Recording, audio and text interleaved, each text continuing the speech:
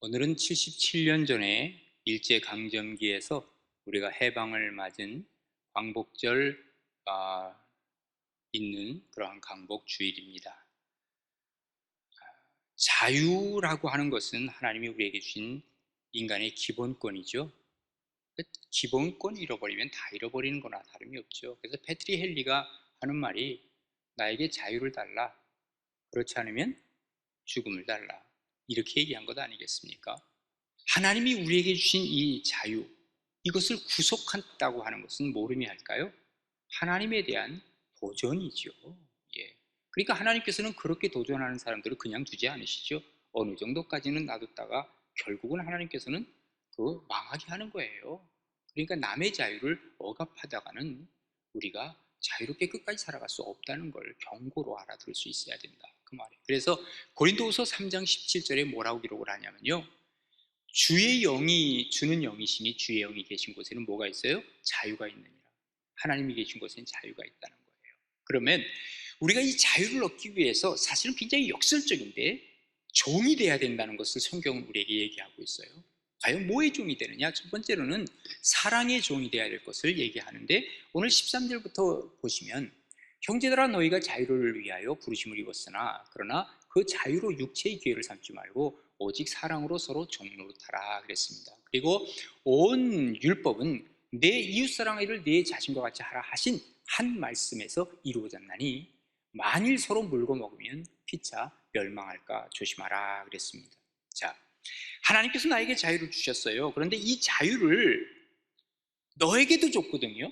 근데 너에게 있는 이 자유를 내가 짓밟고 제한을 한다? 이것은 자유가 아니라 방종이죠.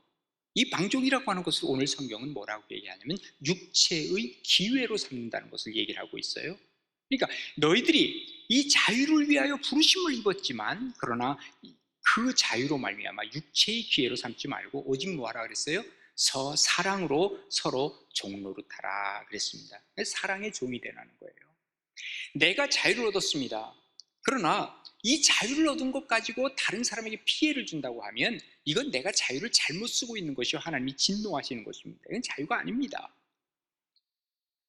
1905년 일본은 우리나라를 강제적으로 보호해 주겠대요. 우리가 보호받겠다 그랬나요? 그런데 보호해 주겠다는 거예요.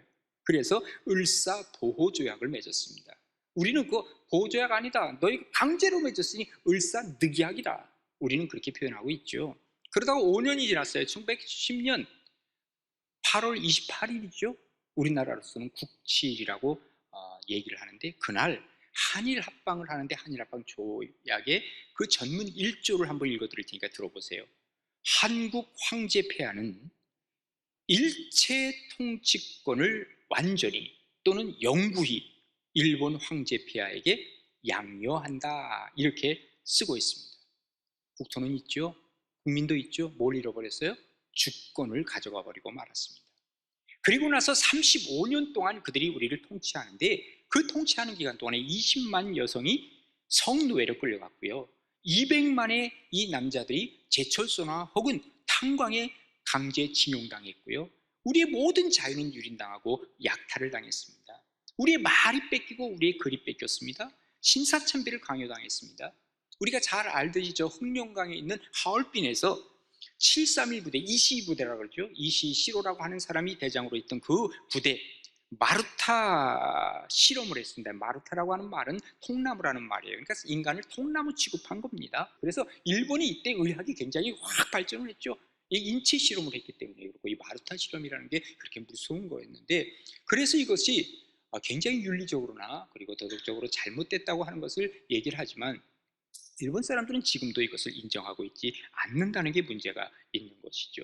자기들이 자유를 얻었다고 해서 남의 자유를 억압하고 남의 자유를 뺏어갔다고 하는 그 자체가, 이거 하나님 보시기에는 진노할 만한 일들을 그들이 했다고 하는 얘기입니다. 내 힘으로 다른 사람의 자유를 억압하는 것은 하나님께서 그냥 두고 보시지 않죠.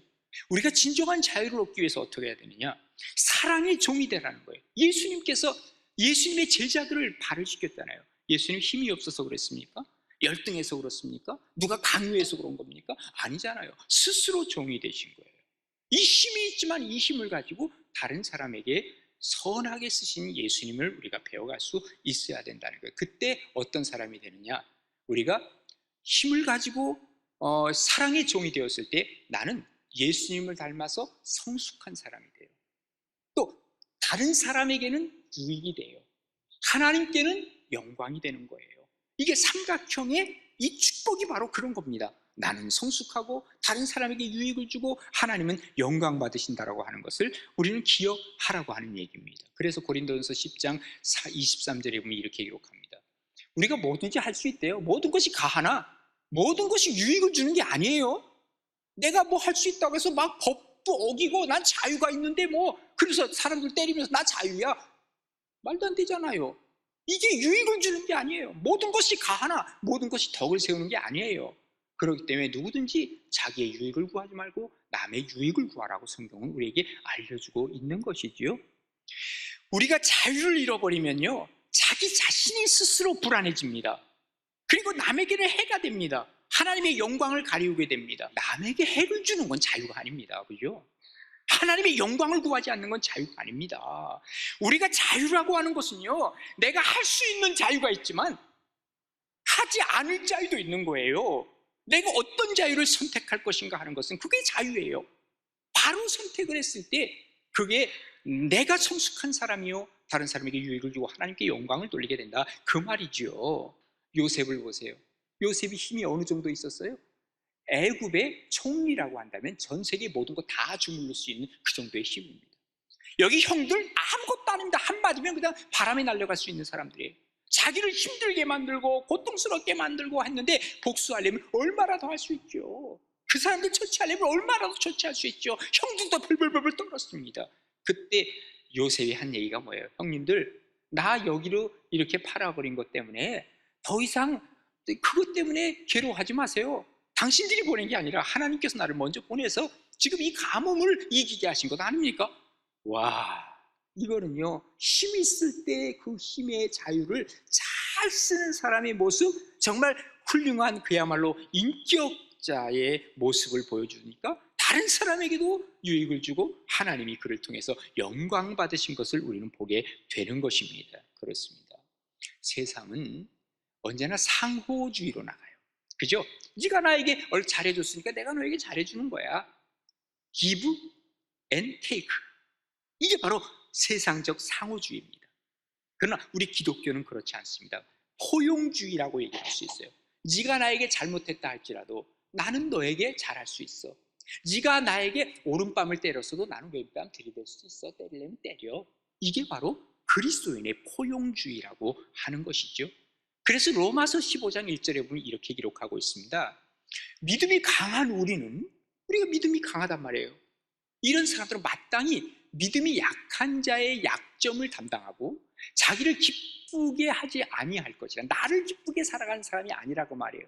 우리 각 사람이 이웃을 기쁘게 하되 선을 이루고 덕을 세우도록 할지니라 라고 말씀하고 계시는 것입니다. 그러다 보니까 어떤 일이 벌어져요? 하나님의 온 율법인 내 이웃사랑의 일을 내 자신같이 하라, 이 한 말씀에서 모든 것이 다 이루어지는 거예요. 하나님 앞에서 이것을 이룰 수 있다라고 하는 것이죠. 그러나 만일 서로 물고 먹으면 피차 멸망할까 조심하라. 오늘 성경에 보니까 이렇게 기록을 하는 거예요. 사랑이 없으면 서로 물고 뜯는 거예요. 그러면 서로 같이 죽는 거예요. 너만 죽는 것이 아니라 그 말입니다. 여러분, 자유를 누리고 있습니까? 진정으로 사랑의 종이 되어 보십시오. 그렇다면 그것이 바로 역설이 되어서 우리는 자유인이 되어 하나님께 영광을 돌리며 살아갈 수 있다는 것을 기억하시면서 진정한 자유인, 사랑의 종, 그것이 바로 여러분의 모습 되기를 주님의 이름으로 축원합니다. 두 번째로는 성령의 종이 되래요. 또 이번에 종이 또 되래요. 성령의 종. 오늘 보면 16절부터 보시면 이렇게 기록하고 있죠. 내가 이르노니 너희는 성령을 따라 행하라. 그리하면 육체의 욕심을 이루지 아니하리라. 육체의 소욕은 성령을 거스리고 성령은 육체를 거스리나니 이 둘이 서로 대적하므로 너희가 원하는 것을 하지 못하게 하려 함이니라. 너희가 만일 성령의 인도하시는 바가 되면 율법 아래에 있지 아니하리라. 자, 두 가지를 대조하고 있어요. 우리가 성령에 따라 행하게 되면 육체의 욕심을 내지 않는다는 거예요. 근데 내가 육체의 욕심을 내게 되면 성령을 거스르게 된다는 거예요. 쉽게 얘기해서 성령에 의해서 살아가면 육체적 욕심은 내려놓을 수 있고요, 육체적 욕심이 내가 강하게 나가되면 성령을 거부하게 된다. 어느 쪽을 택하겠느냐 그 말이에요. 성령 안에 살게 되면 자연스럽게 율법을 지켜야 돼. 내가 율법을 지켜야지 하는 게 아니라 내가 살다 보면 율법이 다, 성령 안에 살다 보면 율법을 다 지켜. 내가 율법을 지키려고 안 했다니까요. 근데 지나고 나서 보니까 내가 율법을 다 지켰네. 이게 하나님의 축복이에요. 왜? 바로 성령의 이 법이 율법을 지배하고 있기 때문에 그러는 거예요. 그러니까 여기 마지막 절이 그거예요. 너희가 만일 성령의 인도하시는 바가 되면 율법 아래에 있지 않는다, 율법 위에 있게 된다. 그러니 율법도 다 지켜갈 수 있다 이거예요. 자, 여러분 한번 기억해 보십시다. 우리가 그리스도인이 된 것이 뭐 때문에 됐어요? 성령이 아니고서는 예수를 그리스도라 일컬을 수 없다 그랬죠? 그러니까 여러분, 우리가 그리스도인이 됐다는 것은 성령에 의해서 시작한 거예요. 그런데 참으로 놀랍게도요, 성령으로 시작했지만 그 다음에 성령의 인도를 계속 받지 않는 사람이 너무나 많아요. 성령으로 시작했는데 계속 성령의 인도를 받아야 마지막까지 성령께서 인도해 줄 것 아닙니까? 그런데 성령으로 시작했는데 여기서 끝나버리고 성령 빠이빠이 하고 그 다음에 제멋대로 살아. 왜 그럴까요?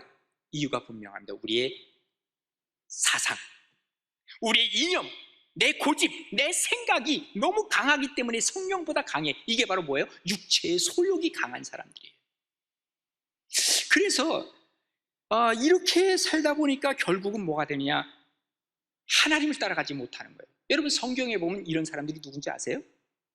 바리새인들과 사두개인들입니다. 자, 바리새인이 어떤 사람들입니까? 하나님의 말씀대로 살아야 돼 하면서 이 말씀이 있는 걸 자기가 이 말씀을 가지고 613개를 만들어냈습니다. 이것대로 살지 않으면 죽는 거야. 사두개인들은 어떤 사람들입니까? 하나님, 천국 없어, 천사 없어, 그런 게 다 어딨어. 왜? 성경을 다 버리고 우리는 이쪽 사이드로 가는 거예요. 완전 그야말로 좌파로 가는 것입니다. 이게 바로 이념입니다. 그들의 이념입니다. 예? 결국은 어떻게 됩니까? 서로가 멀어지는 관계 속에서 하나님께서는 둘 다, 예수님은 둘 다 그들의 잘못을 지적하고 있는 것이죠. 우리가 성령의 종이 되어야 되는데 육체의 소욕을 따라서 육체의 종이 되어지는 사람들이 너무너무 많더라 그 말입니다. 성령의 인도 앞에 순종을 할 때 우리는 자연스럽게 육체의 욕심과는 멀어지고 진정한 자유가 무엇인지를 우리는 알게 되고 성령의 종이 된다고 하는 사실을 우리가 알아야 돼요. 그러다 보면 뭐가 돼요? 성령의 열매가 맺혀지죠. 그래서 오늘 우리가 읽지는 않았지만 그 다음에 나오는 성령의 9가지 열매가 나오죠. 그래서 갈라디아서 5장 22절에 보면 오직 성령의 열매는 뭐라 그랬어요? 사랑의 열매가 있고 희락의 열매, 화평, 오래 참음, 자비와 양선과 충성과 온유와 절제니 이와 같은 것을 금지할 법이 없다라고 말씀하고 계시는 것입니다. 그렇습니다. 우리가 하나님 앞에서 진정한 자유를 누린다고 하는 것, 이것은 성령의 종이 되는 거예요. 성령이 말씀하시면 무조건 따라가겠습니다, 이거여야 되지, 성령이고 뭐고 내 생각과 다른데 뭐 이거는 잘못된 거야, 성령님이 잘못된 거지 뭐, 쉽게 얘기해버립니다. 이게 얼마나 위험한 짓이냐 그 말이에요. 112년 전에 일본의 욕심으로 인해서 우리나라는 35년 동안 우리는 일본의 강제 강압 속에 들어갔습니다. 일제 한일합방의 결과 어떻게 됐죠? 35년 후에는 미국의 맨하탄 프로젝트라고 하는 이 프로젝트가 생겨났죠. 그래서 그 프로젝트로 말미암아 1945년 8월 6일, 8월 9일 두 번에 걸쳐서 일본의 나가사키와 그리고 일본의 히로시마에 폭탄이 떨어졌습니다. 결국은 손을 들었죠. 일본의 왕으로 있던 그 당시 히로히토가 1945년 8월 15일 항복을 선언하고 말았습니다. 자, 자유를 잘못 쓴 대가가 바로 이 원자폭탄 맞는 거 아니에요? 여기 하나님이 배후에 계셨다고 생각하지 않습니까? 이거는 분명히 그들의 자유에 대한 잘못된 사상, 잘못된 이념 속에서 다른 사람을 어렵게 하고 하나님께 영광을 가리고 그리고 자기들의 욕심, 육체의 소욕을 따른 사람들의 결과라고 얘기할 수 있을 것입니다. 영국의 학자인 아이자 베른이라고 하는 사람이 있습니다. Fourth Essays on Liberty라고 하는 책에서 보면 이렇게 얘기를 합니다. 자유라고 하는 것이 크게 두 가지가 있다고 얘기를 하는데, 첫 번째는 소극적 자유와 두 번째는 이 적극적 자유, 이 네거티브 리버티라고 얘기를 하고, 이쪽은 포지티브 리버티라고 합니다. 그런데 소극적인 자유는 뭐냐면 어떤 간섭이나 억압으로부터의 자유, 굴레에서부터 벗어나는 자유, 우리나라가 얻은 8.15의 자유는 억압으로부터 벗어난 소극적인 자유를 얘기하고 있습니다. 그러면서 이 자유는 뭐냐? 뭐로부터의 자유야. 그래서 freedom from something, 뭐로부터의 자유, 이게 바로 뭐예요? 소극적 자유. 이게 주어지는 거예요. 그런데 두 번째 적극적 자유는 뭐냐면요, 위대한 일을 위해서 스스로 버리는 자유라고 얘기했어요. 그래서 freedom for something, 어떤 것을 위해서 얻는 자유. 그래서 이것은요, 스스로 택하는 것인데 성령의 인도하심에 따라 순종해 나아갈 때 freedom for something이 되는 거예요. 무엇을 위해서 내가 이 자유를 쓸 수 있는 것, 성령에 의해서 성령께서 인도하시는 대로 내가 가겠다고 하는 이 정신이 있을 때 우리는 적극적 자유가 우리에게 다가온다고 하는데 참으로 많습니다. 성령의 종이 된다고 하는 것은 성령 앞에 완전한 복종을 얘기하고 있습니다. 내게 손해가 된다 할지라도, 내가 자존심이 상한다 할지라도 이 참된 자유를 찾아 가겠다고 하는 것이죠. 그렇습니다. 우리가 하나님 앞에 살아가는 사람들은 바로 성령의 종이 되고 성령의 이끄심을 받는 것입니다. 77년 전에 우리가 해방을 맞이했습니다. 성령께서 우리나라를 붙들어 주셨고 우리는 거기에 순종했습니다. 전 세계 역사 중에서 이렇게 후진국에서 선진국으로 올라선 나라는 오직 유일한 대한민국 하나밖에 없습니다. 또 뿐만 아니라 이렇게 성령의 역사로 말미암아 단 순식간에 몇 년 사이에 교회가 부흥한 나라 우리나라밖에 없습니다. 대한민국밖에 없습니다. 이게 일치합니다. 왜 그럴까요? 하나님께서 성령의 인도를 받다 보니까 하나님께서 우리를 축복하셨어요. 그야말로 하나님께서 우리를 인도해 주셔. 왜 그렇게 하셨을까? 왜 그랬을 것 같아요? 남 주라고 하는 것 아닐까요? 자유가 있으면 자유를 잘 쓸 수 있어야 하는데 성령의 인도를 받아야 돼요. 여러분 정말 자유하심이 있으십니까? 성령의 인도를 받음으로 성령의 종이 됨으로 진정한 자유를 누리시는 복된 우리 가나안의 모든 식구들 되시기를 바랍니다. 마지막 세 번째로는 육신의 일을 버리는 겁니다. 자, 오늘 19절에 보시면 육신의 일은 분명하다 그랬어요. 뭐예요? 곧 음행과 더러운 것과 호색과 우상숭배와 주술과 원수 맺는 것과 분쟁과 시기와 분냉과 당짓는 것과 분열함과 이단과 투기와 술취함과 방탕함과 또 그와 같은 것이라. 몇 개 나왔는지 아시는 분? 15가지입니다. 그런데 전에 너희에게 경계한 것 같이 경계하느니 이런 일을 하는 자들은 하나님의 나라를 유업으로 받지 못할 것이라 그랬습니다. 이제 하나님 앞에서 이런 거 버려야 진짜 자유롭게 살 수 있다는 것을 얘기해주고 있는 것입니다. 죄악은 언제나 우리에게 달콤하게 다가옵니다. 스릴이 있습니다. 재미가 있습니다. 그러나 뭐가 없어요? 열매는 없습니다. 오히려 자유함을 잃어버리게 만듭니다. 육체의 일은요, 내 욕심과 정욕이 그곳에 들어가 있어요. 그것이 바로 죄로 가게 되죠. 이 죄는 자유를 뺏어 먹는다는 사실을 우리는 기억해야만 합니다. 내가 죄 짓고 나면 어떻게 되죠? 감옥에 가야 되잖아. 그러니까 자유를 다 잃어버리게 되는 거죠. 우리나라가 77년적 광복을 맞을 때는요, 그때 역사에 나옵니다. 77년 광복을 맞은 다음에는 몇 달 동안은요, 집 문 열어놓고 나가도 도둑 하나 없대요.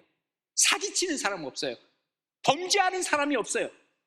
우리나라 사람끼리 잘 살자 해가지고 얼마나 정말 대한민국 좋은 나라였는지 몰라요, 그 당시에는. 그런데 세월이 지나면서 점점 본질과 비본질이 바뀌어지기 시작합니다. 예, 점점 사람들이 욕심을 부리기 시작합니다.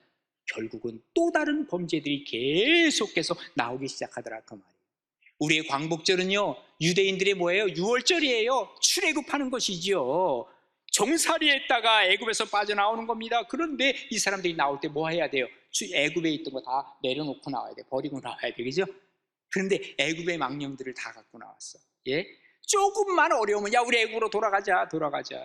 야, 정말 먹을 게 이것밖에 없어? 거기에는 말이야, 우리가 생선도 먹고 오이도 먹고 참외도 먹고 부추도 먹고 파도 먹고 마늘도 먹었는데 지금 여기 와서는 이게 먹을 게 만나밖에 없어? 하나님이 주신 게 이것밖에 없냐고 하니 하나님이 기가 막힌 거죠. 예, 아직까지 세상의 것, 육체적인 것을 버리지 못한 것이. 그러니까 하나님이 경고하잖아요. 너희들 언제까지 이렇게 살래? 언제까지 살 거야? 이렇게. 그러면서 계속 역사 속에서 이 선지자를 통해서 계속 경고하는데 그 경고 소리 안 듣지요. 뭐 때문에 그래요? 아까 말씀드렸죠. 자기들의 사상, 자기들의 이념 때문에 그런 거예요. 그러다가 결국은 어떻게 됩니까? 예, 바벨론의 포로로 끌려가는데 임금이 눈이 뽑히죠. 예, 쇠사슬이 끌리죠. 맨발로 끌려가죠. 그러니 백성들은 얼마나 초라하게 끌려갔겠어요. 예, 이런 일들이 벌어지는 게 자유함을 다 잃어버리게 되더라 그 말입니다.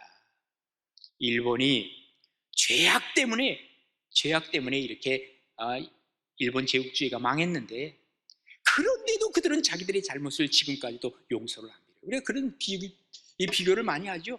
독일 사람들은 그 유대인들에게 홀로코스트 그거 잘못했다고 매년 그 수상이 가서 어떤 때는 말이죠 무릎 꿇고 예 그리고 용서를 빕니다. 근데 얘네들은 용서를 해달라 그러질 않아. 이 유대인들도 또 그래. 아주 그만해라 좀 그래야지. 아이가 쓱 하면서 제가 받아들이고. 걔네들도 이상하지만 이 일본 사람들은 왜 이렇게 용서를 해달란 말을 안 하죠? 그죠? 용서를 할 때 용서를 빌고 또 용서를 받아주고, 이게 얼마나 아름다운 모습인데 말이죠. 우리가 버려야 할 이 19가지 중에서 근데 한 몇 가지 생각해 볼 게 있어요. 여기 보면 분쟁과 당짓는 것과 분열, 이거 버리라 그랬거든요. 나는 이게 확 다가오더라고요. 우리나라가 지금 당짓는 것, 분열, 분쟁, 이것이 지금 너무너무 심각하지 않아요? 내 편, 이 편 나누고, 예? 그리고 말이죠. 그냥 내 편 아닌 사람 무조건 그냥 공격하고, 예? 내로남불이라는 말이 우리가 흔하게 지금 하고 있잖아요. 이게 언제부터 왔는지 아세요? 이거 버리지 않으면 우리 큰일 나. 이것도 버려야 돼요. 옛날에 보세요. 조선시대 어떻게 했습니까? 네 편, 내 편 막 나누잖아요. 사색, 당파. 와, 노론, 소론, 동인, 서인, 뭐 대단하지 않았습니까? 그게 조선시대의 역사 아닙니까? 그러더니 말이죠. 이제 해방을 맞아서 됐다 했더니 이번엔 김일성이 네 편, 내 편 나눠가지고 말이죠. 저 북쪽에는 소련군을 또 데려오고 말이죠. 이래가지고 지금 그 조그만 나라까지 반으로 딱 나눠버렸네. 그런데 그 이후에 어떻게 됐어요? 우리끼리라도 좀 잘해봐야 되는데 이건 또 네 편, 내 편 나누고 최근 들어 점점 더 심해져 이게. 여러분 여기에 우리 그리스도인들도 하나 돼서는 안 돼요. 그런데 그리스도인들도 앞장서 가지고 하는 경우가 얼마나 많이 있느냐 그 말이에요. 육체의 일을 지금 하고 있는 것입니다. 버릴 것을 버리지 못한다고 한다면 위험합니다. 사실요, 우리나라가 지금 너무너무 중요한 나라예요. 지금 이것은요 대한민국에 있기 때문이 아니라 한번 생각해 보세요. 지금 세계는 기독교적 정신을 다 잃어버렸습니다. 유럽에 기독교 정신이 있습니까? 아니요. 여기는 완전히 이슬람화 돼버리고 말았습니다. 지금요. 미국이요? 아니요. 무신론화 돼버리고 말았습니다. 미국에서는요 공공장소에서 찬송가 부르다가 잡혀갑니다. 그만큼 지금 미국도 그렇게 돼버렸어요.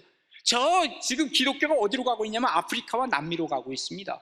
근데 그 사람들은 지금 인프라가 구성이 안 돼가지고 이 사람들은 기독교의 어떤 이 사상과 정신을 퍼칠 수 있는 그 정도의 인프라가 없어요. 그러면 전 세계 한번 둘러보라고요. 지구를. 대한민국 하나밖에는 없다는 거예요. 그런데 요즘 아무리 봐도 우리 K자 들어가는 거 K문화 있잖아요. 예, 그냥 K팝, K드라마, K스포츠, K기술, 뭐 K 하는 거 엄청나게 많아. K라면 다 좋아해 누구든지. 왜 그럴까요? 우리가 물론 잘해서 그렇겠죠. 많은 배후에 하나님께서 역사하시는 거 아니까 아무리 생각해봐도 그거예요. 우리 밖에는 기독교 문화를 우리가 정말 가지고 이것을 증거하며 나아갈 그러한 나라가 지금 아무리 찾아봐도 없어. 우리가 정말 하나님 앞에서 버릴 것 버리는데 그 버릴 것 중에 가장 크게 버릴 것, 분쟁과 당짓는 것과 분열, 이것만 버린다면 아마도 우리나라는 세계 속에 최고의 선진국이 되어서 기독교의 복음을 증거할 수 있고 보존할 수 있는 최고의 나라가 되지 않겠습니까? 우리가 하나님 앞에서 하나님이 쓰시려고 하는 이 계획을 우리가 안다면 육체의 것을 버리고 성령의 열매를 맺어가야 된다라고 하는 거예요. 이게 바로 역설입니다. 버릴 거 버리자는 것입니다. 우리가 오늘 이 말씀을 통해서 한번 생각하십시다. 정말 사랑의 종이 나는 되고 가고 있는가? 성령의 종이 되어 가고 있는가? 또한 내가 버릴 것은 버리고 있는가? 우리가 이것을 다시 한번 생각해서 나 개인적으로도 하나님 앞에 쓰임받고 우리 대한민국도 다시 한번 하나님 앞에 쓰임받는 그러한 나라가 되어서 하나님의 나라가 우리 가운데 임하는 것을 경험해가는 여러분과 우리 모두가 되기를 주님의 이름으로 축복합니다.